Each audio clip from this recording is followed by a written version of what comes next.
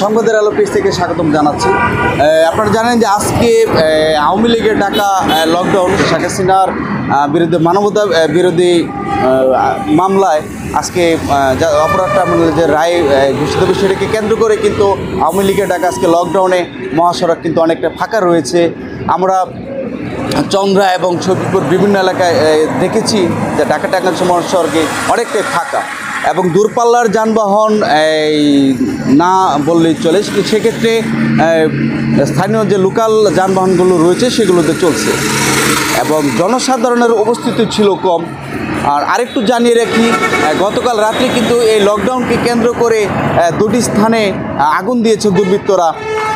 উপজেলার চাপার মেদিয়াশুল এলাকায় একটি মাটি কাটার বেকুতে আগুন দিয়েছে দুর্বৃত্তরা এবং অপরদিকে ঢাকা টাঙ্গাইল মহাসড়কের খারাজোড়া এলাকায় গ্রামীণ পার্ক ইন্ডাস্ট্রিয়াল পার্ক 2 যে রয়েছে সেটার কিন্তু মূল ফটকে আজ ভোরে 5টার দিকে দুটি ককটেল বিস্ফোরণ ঘটিয়ে তারা মূল ফটকের যে সাইনবোর্ড রয়েছে সেখানে কিন্তু আগুন ধরিয়ে দেয় এবং আমরা তাদের কাছে জানতে পেরেছি যে কয়েকজন দুর্বৃত্তরা দুটি ককটেল ফুটে কিন্তু আতঙ্কের সৃষ্টি করে পরবর্তীতে কিন্তু তারা পেট্রোল নিক্ষেপ করে আগুন ধরে পালিয়ে যায় এবং এক্ষেত্রে ঘটনার পর থেকে কিন্তু কারখানার মূল ফটকে কিন্তু নিরাপত্তা জোরদারে ইন্ডাস্ট্রিয়াল পুলিশ এবং থানা পুলিশ রয়েছেন এবং এই লকডাউনকে কেন্দ্র করে যে চন্দ্রা এলাকা এবং কালিয়াকৈর উপজেলার বেশ কয়েকটি পয়েন্টে কিন্তু নিরাপত্তা জোরদার করছেন। এবং আমরা আরেকটু জানিয়ে রাখি, এই লকডাউনের কে কেন্দ্র করে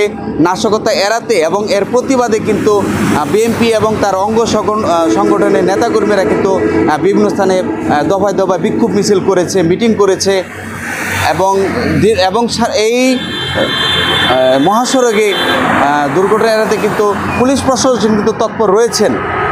এই ছিল সর্বশেষ পুনম শাহরি ঋতু কালিয়াকৈর।